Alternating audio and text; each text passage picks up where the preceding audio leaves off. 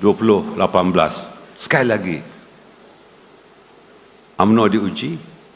Kita menyaksikan detik paling getir dalam hela nafas perjuangan kita. Datuk Seri Najib telah mencuba dengan sebaiknya dan saya membantu beliau. Kalau beliau dapat bersama dengan kita pada hari ini, alangkah leganya seluruh kepimpinan hati UMNO.